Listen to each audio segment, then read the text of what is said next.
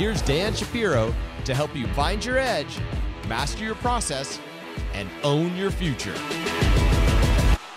Hey guys, good evening everybody. Welcome to another edition of the TSLA nightly wrap-up show. Hope everybody is doing well. Hope everybody had a good day of trading. Guys, do me a favor, take a moment out, like this stock.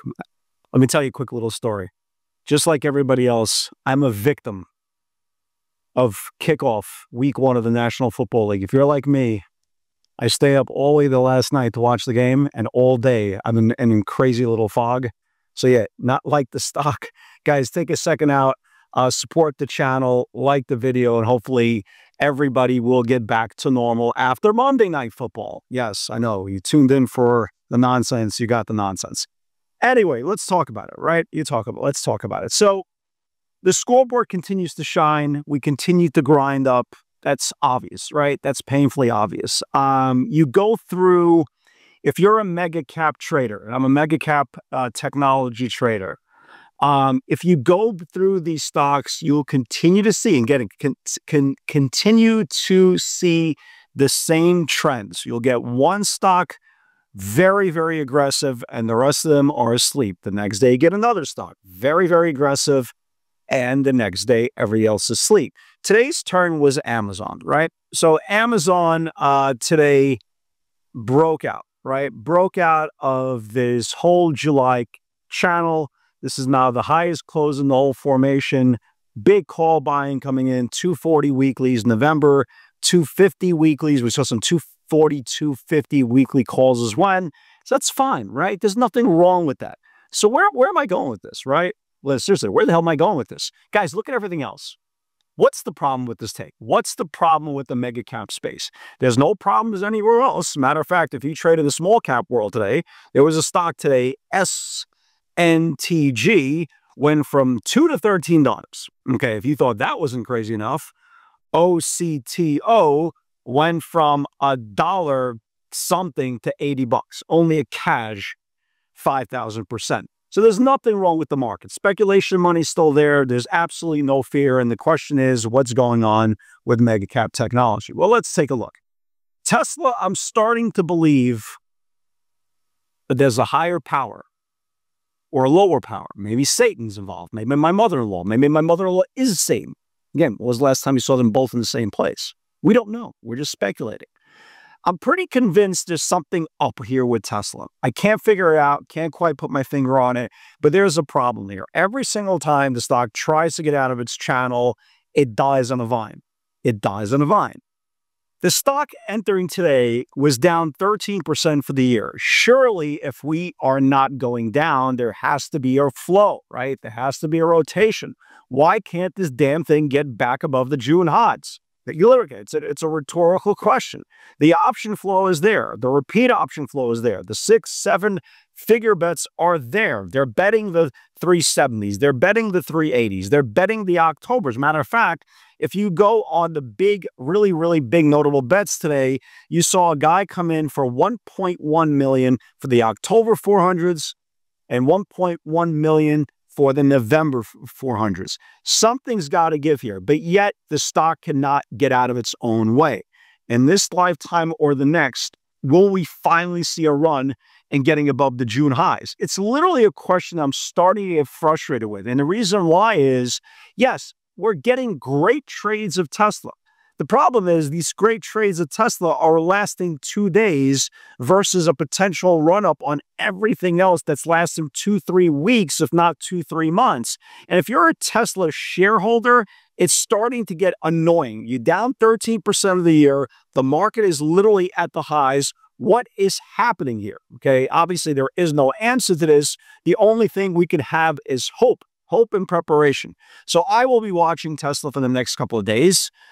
If there is weakness, I will short this thing back to the 10-day moving average. But ultimately, I don't want to do that. Ultimately, I want to see this thing finally get above the June highs, that we could get back above the 2025 highs of the Mays and finally go on this massive, massive run into this 400 area. The problem is we can't get out of our own way. If you're a permeable, it's getting frustrating. If you're even a momentum trader, it's starting to get a little bit starting to get a little bit more boring, right? It's starting to get a little bit more boring. It's like, what do you got to do to get a rally here? And this is why this is one of the craziest stocks out there, because it gives you tendency of violence, and that violence turns into, yeah, I'm just going to bed at 9 o'clock at night. So it's one of those weird ways that don't want to participate. The semiconductors don't want to participate as well, right? AMD had that massive move down on Friday. Was down $10. Guys, the stock was up 23 cents today, right? You picking up what I'm putting down here?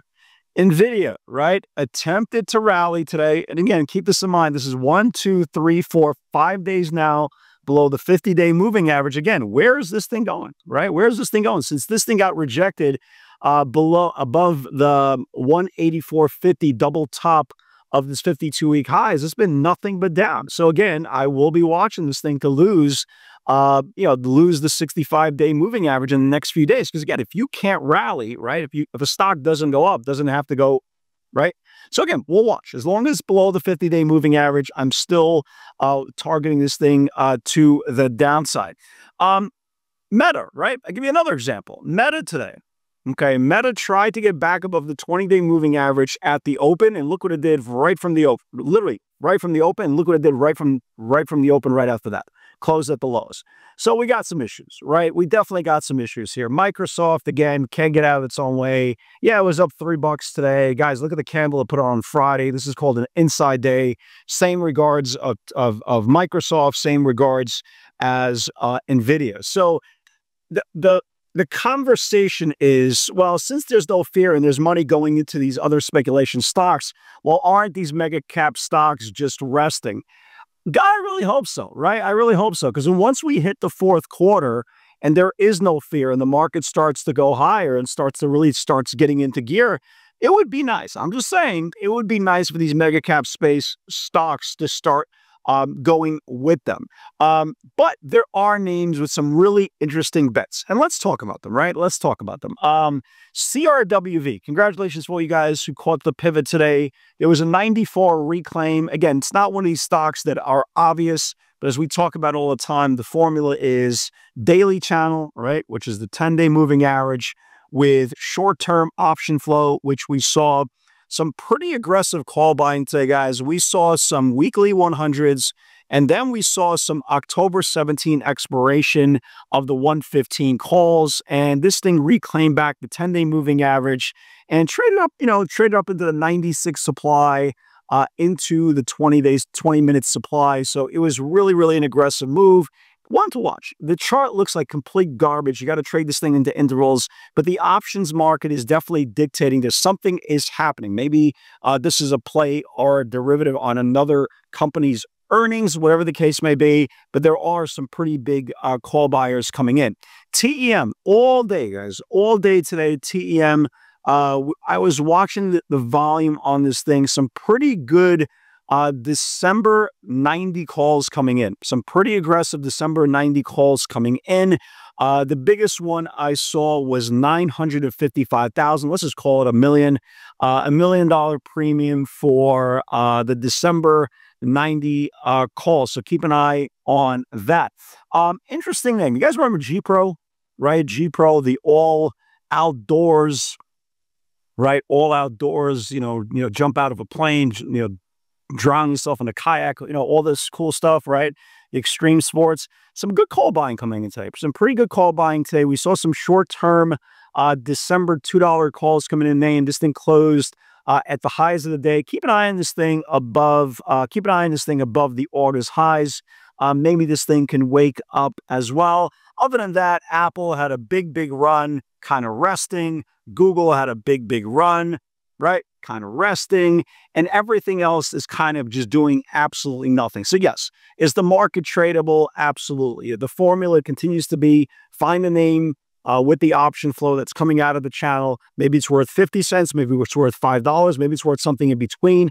But until these stocks, until the mega cap names, the Magnificent Seven and their friends and their relatives and their drinking buddies all start to go in the same direction, you're going to see more days of the Christmas tree effects. Some green, some red, and that's a very, very hard day because the bulls are not committing to strength, the bears are not committing to weakness, and that's you have to be really on the same side for everything to push. So are there names that look really, really good going into tomorrow's session? Sure. Let me give you guys some names, right? Of course, right now there is no fear. So let me give you guys some names. Obviously, Amazon, Amazon looks really, really good. Again, they were coming in for the 240s, the 242 50 weeklies. Again, this is the highest close in the whole formation. A move above today's channel could get this thing going. That looks good. I like Sienna in the next couple of days. It's digesting its earnings move. Can Sienna finally get above the earnings channel and get another run? Sure. Looks good, right? Looks absolutely really good. Docu, right? DocuSign, you use it, I use it, everybody uses it. It stopped into the 200-day supply a couple of days ago. All it needs to do is reclaim that 200-day moving average. That looks really good as well. But, again, I'm going to watch AMD. I'm going to watch AMD, and if it can't rally, and again, stock was down like 10 on Friday. It was up 25 cents today. If it starts losing today's channel tomorrow or the next day, I will be short. I will be watching the video, basically the same thing. The stock is below the 50-day moving average. It got rejected off the 5, starts losing today's channel tomorrow, and especially starts losing Friday's channel, I will be short. So the key right now, folks, is watch the options market. Let the options market dictate to us what's going to happen next. As far as distribution goes, and this is literally what the definition of distribution is, when everything can't figure out what it wants to do, when the stocks are not strong enough to go higher and they're not weak enough to go lower, you have to let the market do the heavy lifting for us. You have to let the market take the machete, go through the trees and start, knocking down trees to give us a clear pathway to the goal line. Until that happens, it's literally trade by trade, day by day, and you can't force something that is not. As far as Tesla goes, I will have my moment of glory in this lifetime or the next. Hopefully it's in this lifetime, although it could be the next. Guys, have a great night, everybody. God bless. Hope everybody's doing well. I'll catch you guys on the field tomorrow.